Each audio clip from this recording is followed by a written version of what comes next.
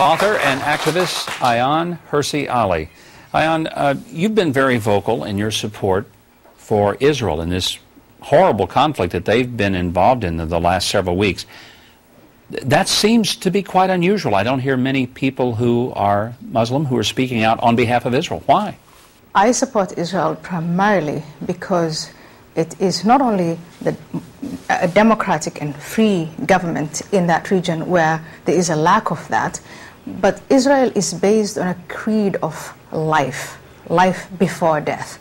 And they are facing enemies that want to annihilate not only Israel, but eliminate all Jews. And the enemies of Israel believe in a creed of death. For them, life is transitional.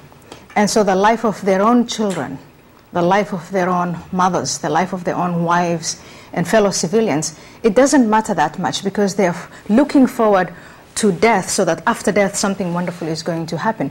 And people don't see this basic difference. And it's so... If you don't see that, then you don't understand the conflict. I vote for life, so I vote for Israel. You know, it's so remarkable and refreshing to hear you say that. But it's got to also put you in a dangerous place. Do you ever fear for your life that there would be some recrimination against you because of being a Muslim woman speaking out so clearly? I am speaking out because I appreciate life. They want to take my life, and they wanted that for the past 12 or more years.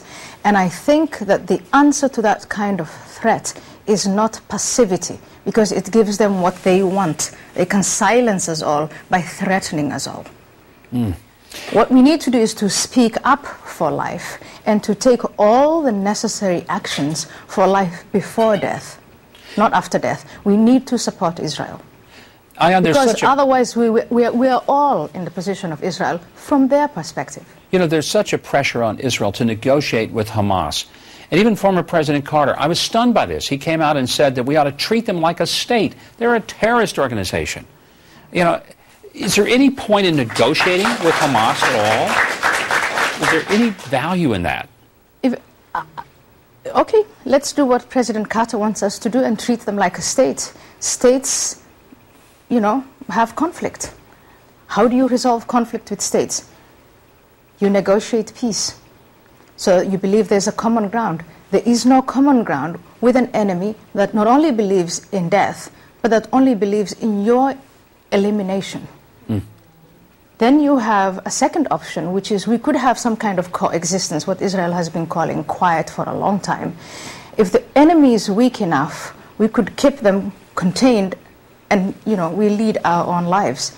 But that's not happening. And so the third option, which is the least attractive of all options that Israel is faced with, is that they have to pacify Israel. And who will benefit from a full pacification of Israel, of Hamas? It is people who live in Gaza, the women and children who are now being used as human shields. Women and men, children are driven into hospitals, into schools, into places, and from that, rockets are launched. You suggested that there is a person deserving a Nobel Peace Prize, kind of a surprise. Who's that person? I said Prime Minister Benjamin Netanyahu